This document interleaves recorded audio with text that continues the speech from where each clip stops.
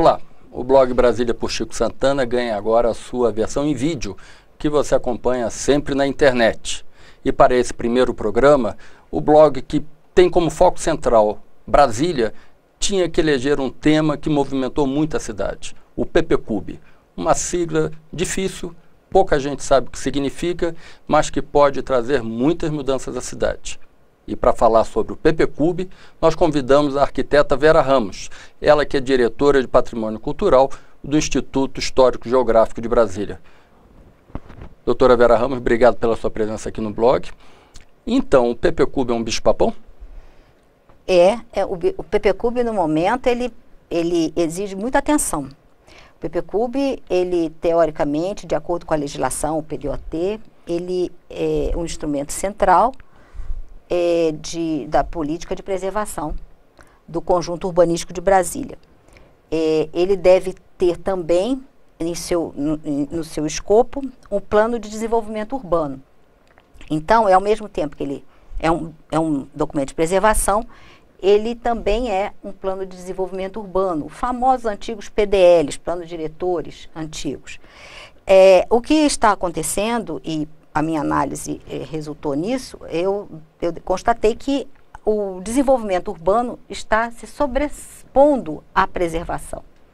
Então, o que é preciso fazer é fazer com que a preservação se sobreponha, ou seja, ele realmente seja um plano de preservação. A senhora, quando fala em desenvolvimento urbano, a senhora quer dizer novas edificações no plano piloto, novos prédios, novas construções?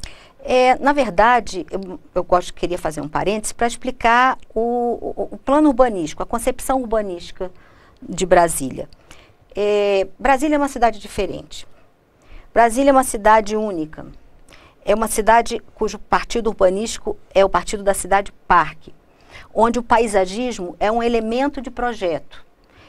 Então, esse entendimento da lógica do urbanismo da cidade, na maioria das vezes não é conhecido, não é compreendido, tanto pela população como pelas autoridades. Então, a lógica do urbanismo pressupõe o quê? A predominância dos espaços livres sobre os espaços construídos. Essa é a tônica da cidade. Essa identidade da cidade precisa ser preservada.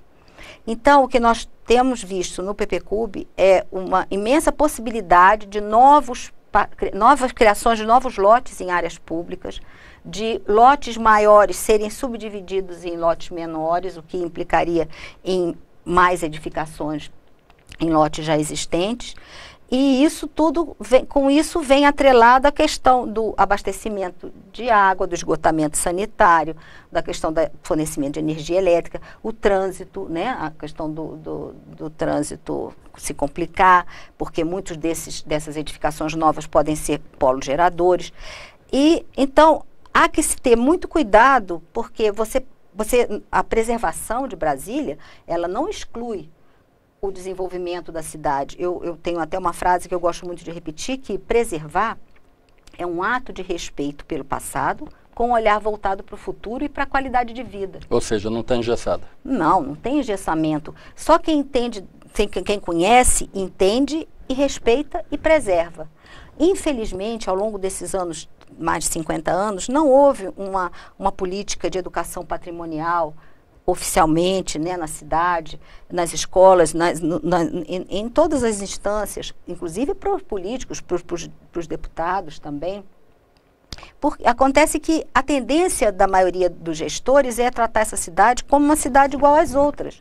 Ela não é. Soluções boas para São Paulo e Rio, a maioria das vezes não são boas para cá. Então, o tombamento de Brasília é um tombamento de caráter urbanístico, ele é muito mais flexível do que o tombamento arquitetônico. O tombamento arquitetônico, ele tem que preservar aquela edificação da forma como ela é. Você pode ter outros usos internamente, mas a edificação tem que ser mantida. E o tombamento da Unesco foi o projeto de Lúcio Costa. A proteção da Unesco, Brasília então tem uma proteção em 3 instâncias. O conjunto urbanístico de Brasília, que envolve a RA1, região administrativa 1, a região administrativa do Sudoeste Octogonal, do Cruzeiro e da Canangolândia. São 4 regiões administrativas que estão dentro do conjunto urbanístico. Então, né, dentro dessa poligonal de 112 quilômetros quadrados, você tem que preservar as características essenciais, que são os cheios e os vazios, as alturas, o volume das edificações, as áreas livres, como eu falei, que fazem parte do projeto, e esses outros projetos que eu falei, as outras RAs, seguiram mais ou menos essa mesma tônica. Claro que não com o formato do plano piloto. Então, o que se deve preservar são as características essenciais. O tombamento é um tombamento de caráter urbanístico que permite que a edificação seja demolida e construída outra do mesmo tamanho. Desde que respeitado. Só não podem ser substituídas as edificações que têm um tombamento arquitetônico, que são aquelas da esplanada, os prédios de Niemeyer, a maioria deles, né, que estão com a proteção urbanística e arquitetônica. Agora, a senhora falou em espaços livres. No ano passado, quando houve uma movimentação muito grande de setores da sociedade de Brasília contra o PPCub, um dos elementos que trouxe indignação foi a possibilidade de lotear o canteiro central do eixo monumental naquela área que vai ali da Cruz do Cruzeiro até a rodoferroviária. O governador prometeu que tiraria aquilo do projeto de lei e mais uma meia dúzia de outros artigos que eram considerados impossíveis. Ele cumpriu a palavra dele? Até agora não. Esses pontos não foram efetivamente retirados. Eu tive a oportunidade de conhecer as emendas feitas à época, porque esse anúncio da retirada dos pontos aconteceu em novembro de 2013. Agora, a coisa de 15 dias, eu tive conhecimento das emendas feitas na época, em novembro, dezembro do ano passado. Essas emendas, elas retiravam efetivamente 2 pontos dos 6 e alteravam parcialmente outros. Sendo que desses 2 pontos retirados, que seriam os hotéis da Orla do Lago e a possibilidade da exploração pela iniciativa privada dos lotes de escolas públicas nas asas norte e asas sul, e entre quadras e tudo, e superquadras, esses da possibilidade da retirada continua... Foi retirado. Foi retirado, continua a emenda da mesma forma. Mas os hotéis na Orla do Lago foram trazidos para o grupo de revisão do PPCub, pelos representantes da SEDAB, para uma nova discussão com a intenção de permitir hotéis, na verdade, em lotes de clubes. Essa questão de hotéis nós vemos com muita preocupação, porque a realidade é que acabam sendo condomínios fechados, residenciais. De parte hotel, né? Agora, o projeto do PPCub até circulou pela internet, uma planta do Distrito Federal, com indicações do que se alterava aqui e acolá, e havia proposta de alteração, inclusive para a W3, permitindo, se eu não estou errado, a construção de prédios onde hoje é estacionamento. É isso mesmo? Na verdade, respondendo a sua pergunta do eixo monumental, eu quero dizer o seguinte, a minha análise, e naquele mapa que eu elaborei, que você está se referindo, o projeto de lei fazia uma menção a uma possibilidade de criação de novos lotes, e os anexos, que são umas planilhas, são 72 planilhas, que aí vinham e consolidavam isso, localizando, como você falou, da Praça do Cruzeiro até o final do eixo monumental. E aí existem umas tabelas, e que até hoje ainda não foram alteradas, que elas permitem novos parcelamentos e simplesmente botam um S de sim ou um N de não. Então, quando você vai fazer a leitura da lei, você identifica ali o quê? Podem novos parcelamentos. Não estão especificados, não estavam, se podia um lote, 2 ou 10.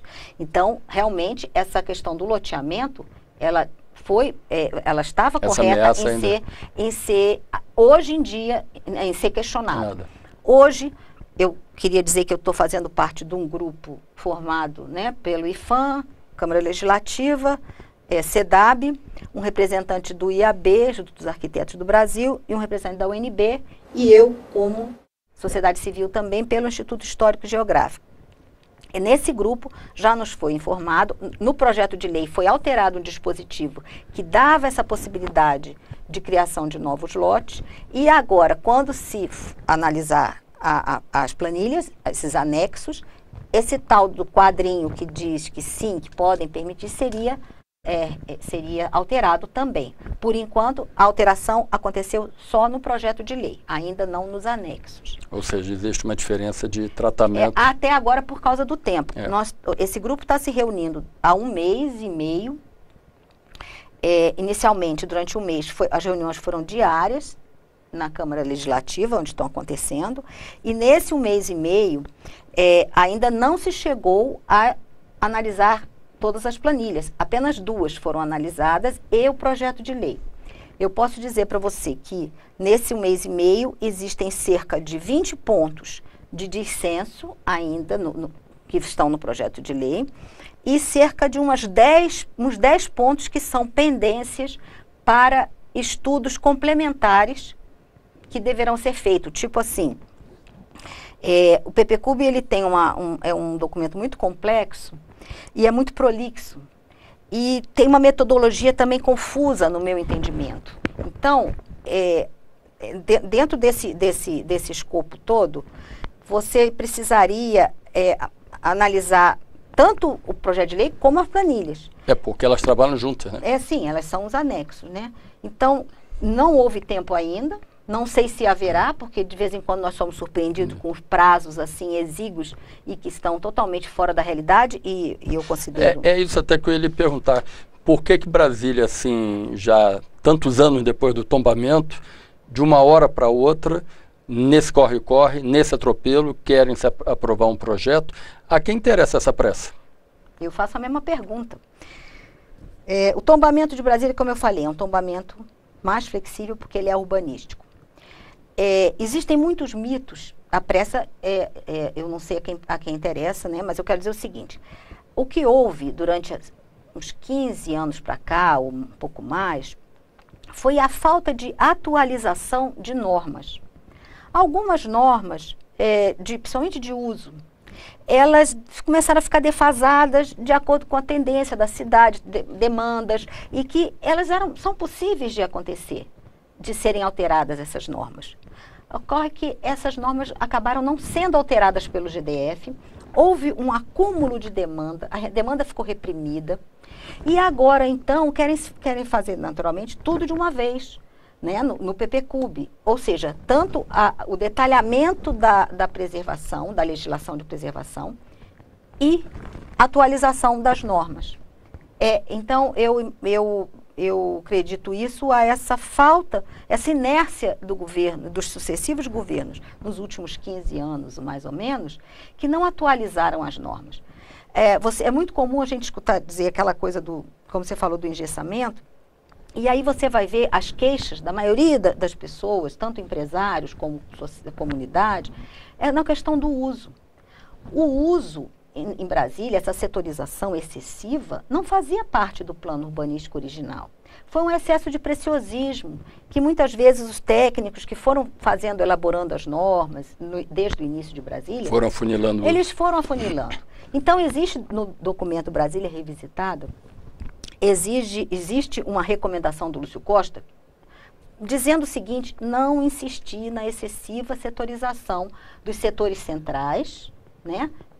Como o setor hoteleiro, bancário, comercial, autarquias, e também nos demais setores, com exceção das áreas residenciais e da área monumental, nos demais setores da cidade, você tem que ter o uso que dá nome ao setor como uso predominante, mas não exclusivo.